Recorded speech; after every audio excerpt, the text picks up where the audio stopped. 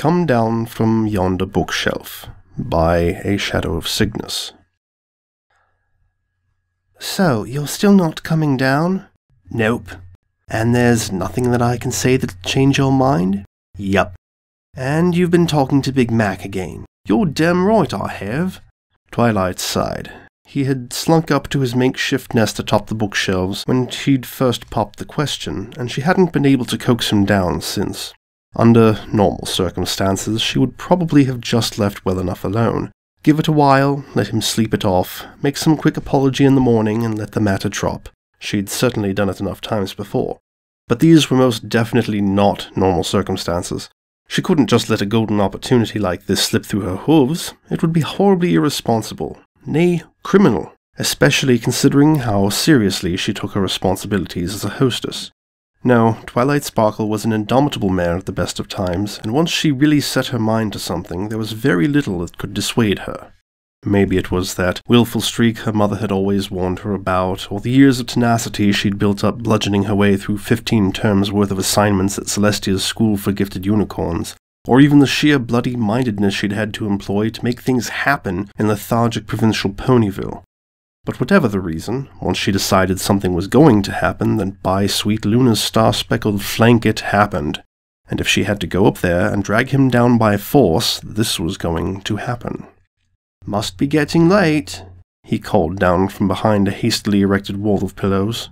"Maybe you ought to consider going to bed. Busy day tomorrow and all."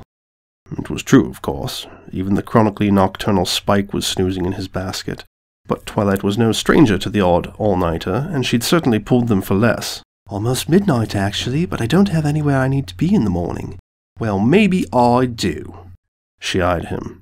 They had not known each other long, but this was most certainly some of the most untoward behavior she'd seen from him so far.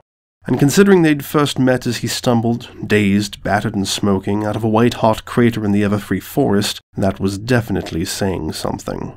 To be sure, there had been things he had been uncomfortable with before now, thrust as he had been into this new and alien world, but she'd been sure they were making progress. Until tonight, at any rate. He did say he was interested. She weighed her options. He was obviously no stranger to tactical entrenchment. The shelf he'd selected was easily defensible, and, as she recalled from Spike's occasional efforts to find a quiet place to read his comics, quite hard for someone possessed of hooves to reach. She supposed she could just grapple him with the magical field and drag him down that way, but, well, she still wanted to be able to look him in the eye when all was said and done. No, she would have to take a different tack. So she did.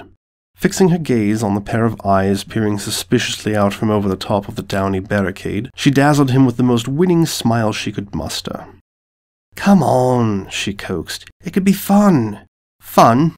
Books are fun. Cards are fun. Even Vinyl's nightclub in a pinch. What you were suggesting? Not fun." "Sure it is. Just think. You've been looking for something to remember your visit by. It'd make a great story to share with your friends back home." He actually snorted. "Like I'd ever admit to this. Still trying to forget you even suggested it."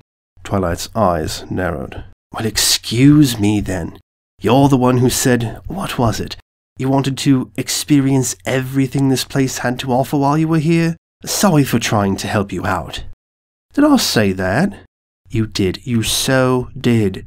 "Well, I certainly didn't mean to imply—" "Look, you've been saying since you got here how similar everything is to your home, right? Culture, language, art, railroads, the lot of it, yeah?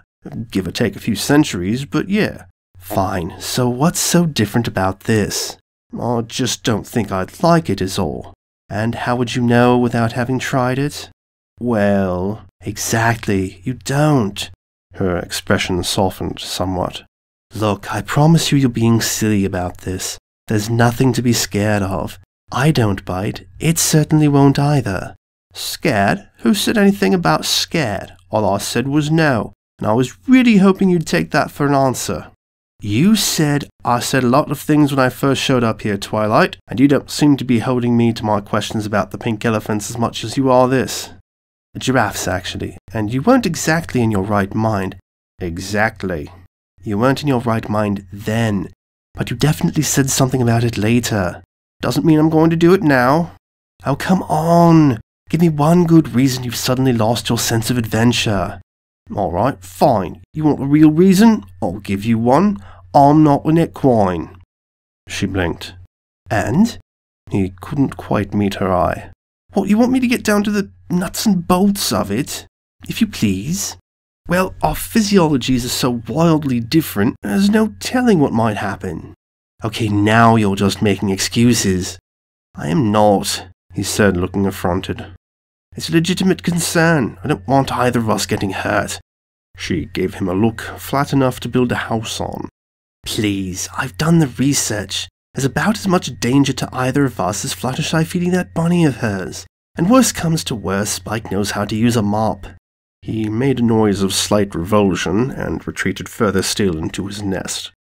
Twilight rolled her eyes. This was getting old very fast. Well, fine. If that's how you feel about it, we could try and do it another way. Baby steps, you know. She pointed. You could go down. Not for you, not for anyone. She blinked. He was looking daggers at her for reasons she couldn't quite fathom. She'd thought it a fairly innocent suggestion. But then there was no telling how his mind worked. Well, I suppose it's good to know it's not me that's the problem. Never said it was. No, so far this has all been you. I mean, really, do you think anyone else from your world would be kicking up this much of a fuss? No, and I can think of a few who'd be scrambling over each other to get some. She was about to open her mouth to respond again when an absolutely wicked idea struck her. One precision ego strike on the hoof. What about a human? Jackpot. Even from this distance she could see the dark fur along his neck bristling in indignation. What about them? He said evenly. Well, you're always gabbing on about how they won't do anything in their own best interest. What if it was one of them here now? Do you think they'd be complaining quite as much? The bristle intensified.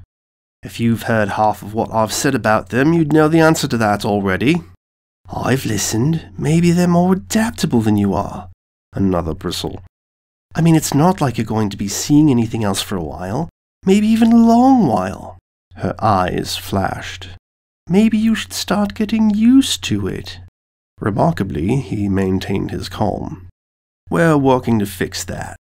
She shrugged by way of response. Maybe true, but you haven't had any since you got here, and that was, what, a week ago? More? She held up a warning hoof as he started to protest. Don't.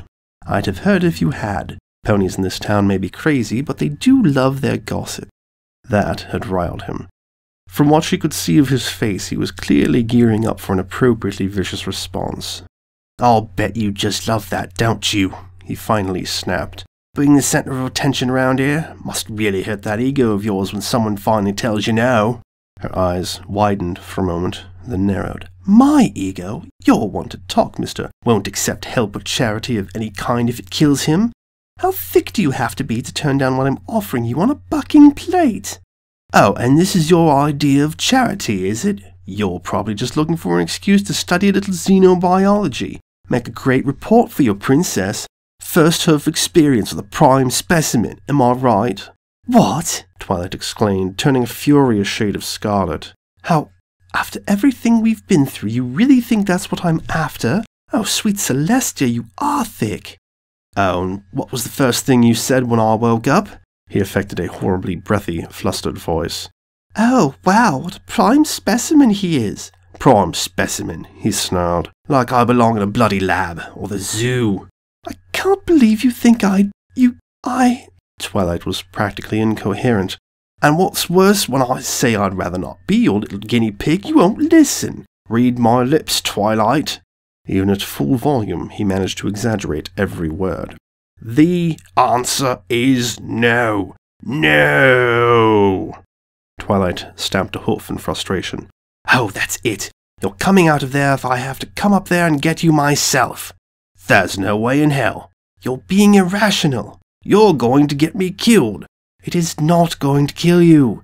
No, you just want me under a microscope. It's a Celestia damned sandwich, Twilight bellowed. It's got flowers in. A ringing silence followed. They stared each other down, the combatants, breathing labored, eyes narrowed, teeth set. A moment more, and it would be time for the next bout.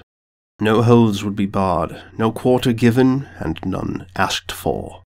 And just as they opened their mouths to begin, there floated from the loft the half-conscious, highly recriminating words, "Star swirls britches, would you two just buck already?"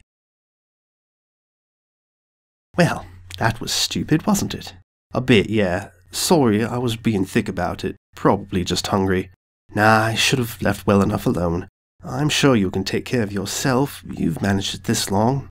Sure, but, well, I appreciate you looking out for me, you know? Yeah, well, what are friends for, right? I suppose. Just one thing, though. When I started to suggest you go to Sugar Cube Corner, try to get some bread or something, you practically had a conniption. What was the trouble?